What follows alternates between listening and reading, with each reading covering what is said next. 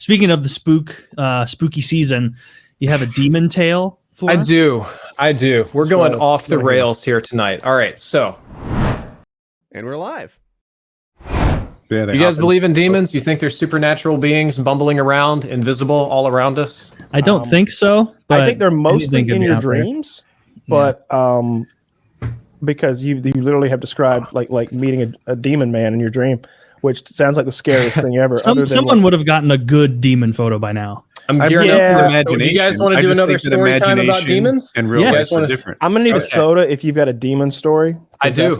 I do have a demon story. Do you want to go? Let Kyle grab his soda real quick, and then you can regale us. This is perfect. It's Halloween. Let's talk about ghosts and ghouls and goblins and stuff. Exclusively ghoul and goblin talk. So I'll tell you about a demon I saw once. Real nasty piece of shit.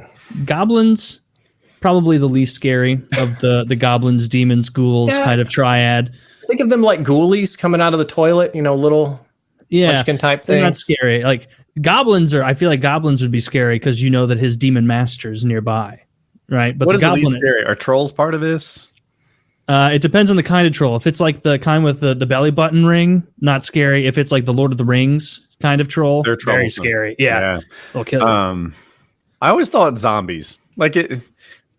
Zombies, of course, again, depends on the kind of zombies. If they're the 28 days later zombies where they run, and if they get even like remotely near you or like sneeze in your direction, then you have it in 5 seconds. And if the person gets a scratch on them, you have to immediately murder your wife because she's about to become the most lethal predator that's ever been. All right, that's scary. But Walking Dead zombies? My gosh. Yeah. Single people take out dozens of them. That's a cakewalk. Yeah. There's thousands of them.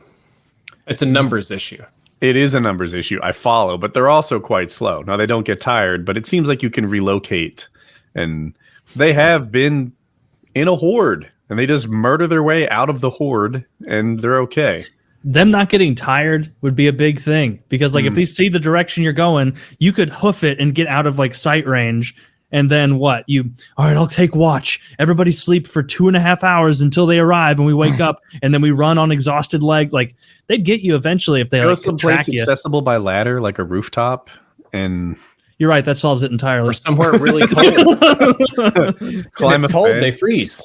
But the 28 weeks later one, not only are they faster, they're faster than Usain Bolt, and they can climb ladders faster than firemen. Everything gets improved when they become a zombie. So they're impossible to take down. The most unbelievable part of 28 Days Later is oh no, there wouldn't be a hideout in this scenario. No one would have survived this. You'd be so fucked. No, that's down not true. So quickly. There's billions of people. There have to be a few that stayed inside. Maybe. What's the scenario?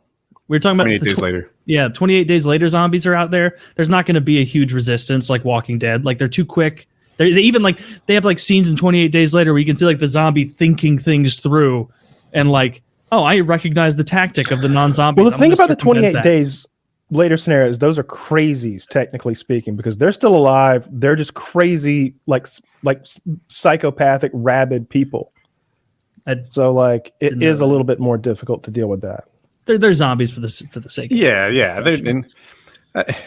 Actually, they're not zombies. Oh, you hush. They are zombies. Well, they are violent. I see that because they're not going to decompose or anything, right? They're just going to eventually get old and die. They could starve, yeah. But they eat each other probably. I haven't seen that movie in so long. I don't know. They're not, because it just seems to me like zombies are kind of supernatural in a lot of ways. Mm-hmm. Those Walking Dead zombies should have fallen over by now. Yeah, they would. That's the plot in the movie. Dead either. So 28 days later, the movie plot is they chain him up to see how long he takes to starve. Mm-hmm. And then they can't even keep the one that's chained up from fucking someone up when they go in the courtyard. That's how wily they are. But speaking of the spooky season, you have a demon tale for us? I do. We're going off the rails here tonight. All right. So little context. As a child, I always used to see things. Ghosts, demons, goblins, monsters, voices, all this shit constantly. I hated it. But it was a part of my reality, but it got lesser as I got older. So probably something growing up, environmental, hormonal, whatever. Yeah. This was probably about, I was 12, 13 years old. And in that time, I was very tired of this aspect of my life. So I used to try to take pictures of things like that whenever it would pop up, whenever I would see it, because I figured ghosts hate cameras, right? Yeah. Well said.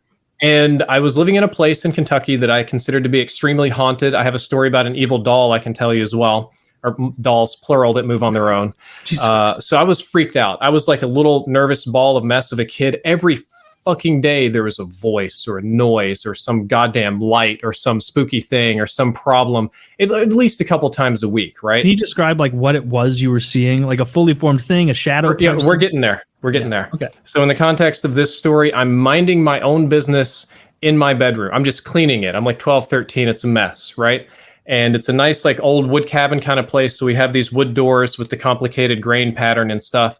And I'm minding my own business and I look over at the door and I watch it like warble very briefly as if something is trying to push through the wood grain pattern. Now, here's the bizarre thing. What you're probably imagining is something like the Predator or like an elite from Halo standing in front of it with like the light bending. But it was more like my brain was opening to a pattern in the wood grain that I could previously not perceive, but now that I could. And it was both moving and not moving at the same time. And it was wiggling and wobbling and coming together. And it formed the shape of something that I would say would be a cartoon demon, something like you would imagine out of an 80s or 90s scary movie, you know, demonic goat legs, scary hands with nails and horns and whatnot. Huge, full frame of the door just standing there. And it's like, hi. I'm like flipping out. I'm like turning white and I'm like just fucking scared shitless, and the thing starts talking to me and telling me how fun it's been to play with me and that my brother's on the chopping block next. Can't wait to see what he's going to do to him. And Jesus. But it was talking not in my ears. It was talking up here. There was a voice and thoughts in my head that were not my own, just flowing in from somewhere. And I was panicking.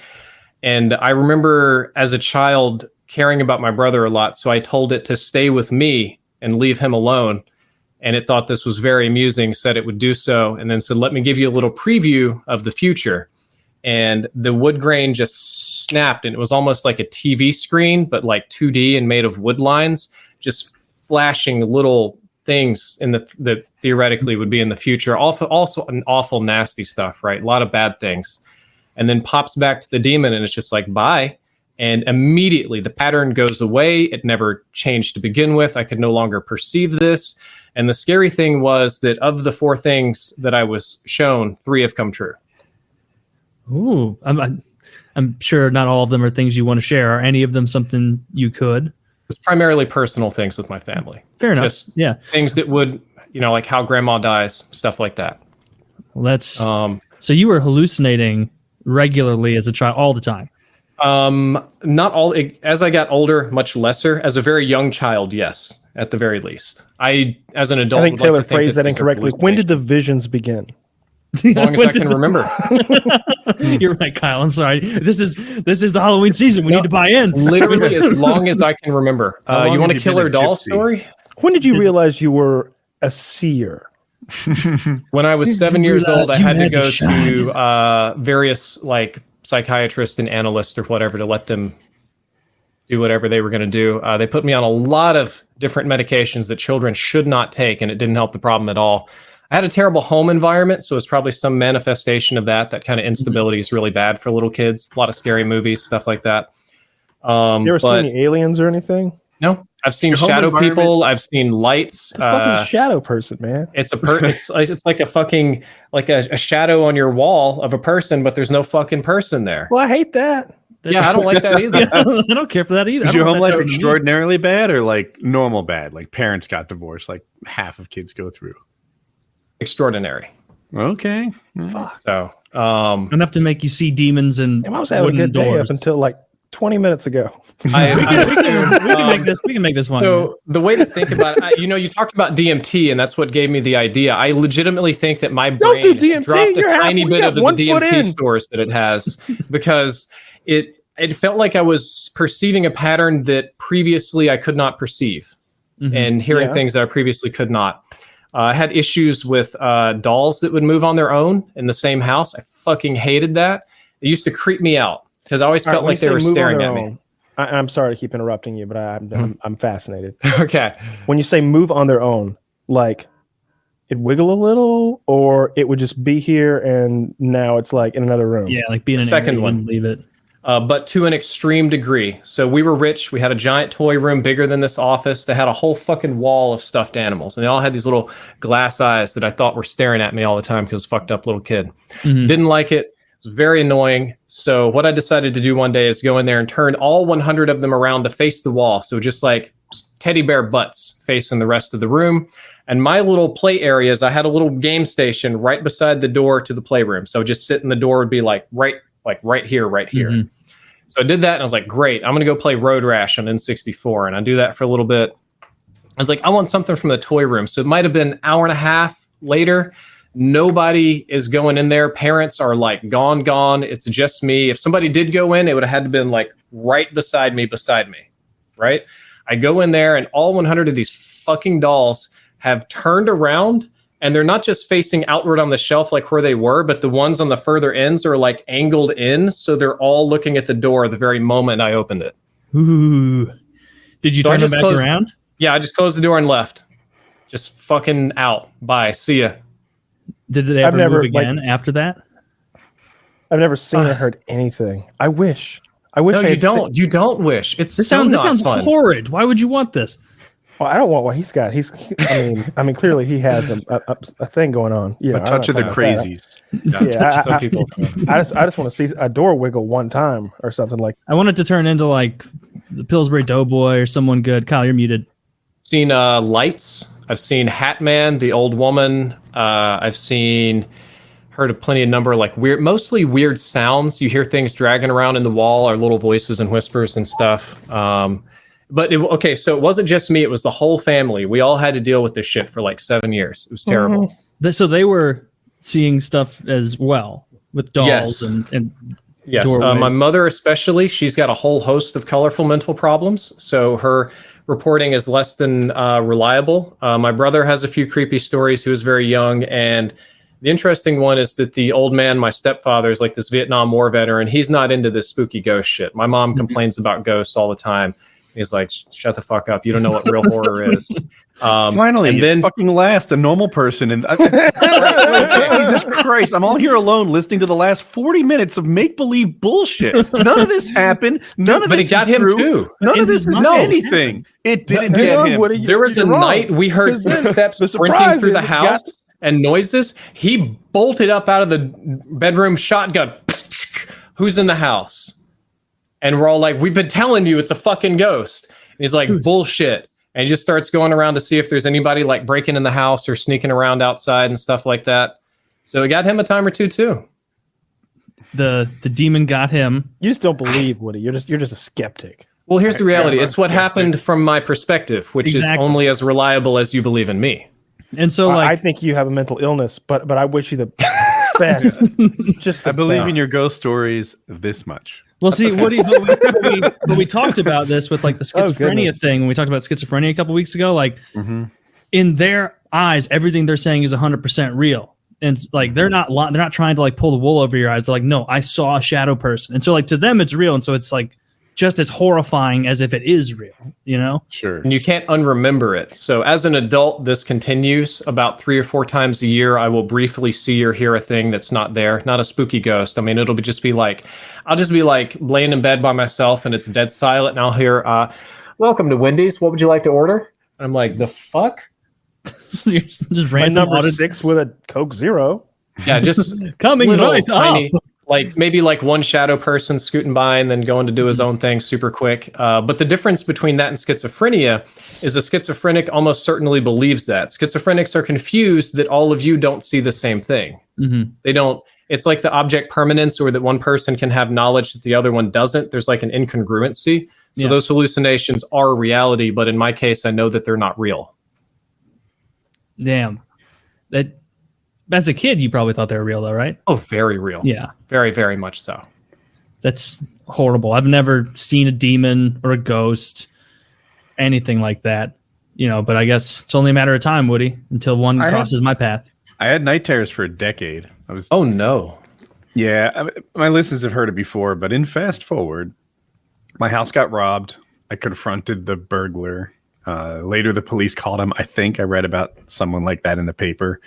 But even though in the moment, it was the man I would aspire to be, afterwards I was terrified. I couldn't sleep without a knife underneath me. The burglar had been in our home, like, I don't know how many times, 8 times, 12 times, like a bunch. And what are you guys laughing at? Oh no, I'm not laughing. Drifter was saying this went off the rails. I'm like, it's all good. You're good. No, I'm not laughing at your trauma. It's not. Let's laugh. So to roll it along, I didn't laugh at all. had this recurring dream where I'm sleeping. There's a figure in the doorway, and I need to either fight him off or defend myself, but I'm sort of sleep paralyzed. And then I would wake up in a sweat and, not be paralyzed anymore.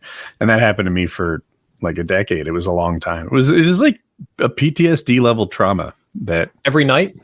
No, it was really frequent and in the first couple of years and infrequent towards the end of the 10. You weren't seeing like someone sitting at the foot of your bed or anything like that when you were in like the terror state, right?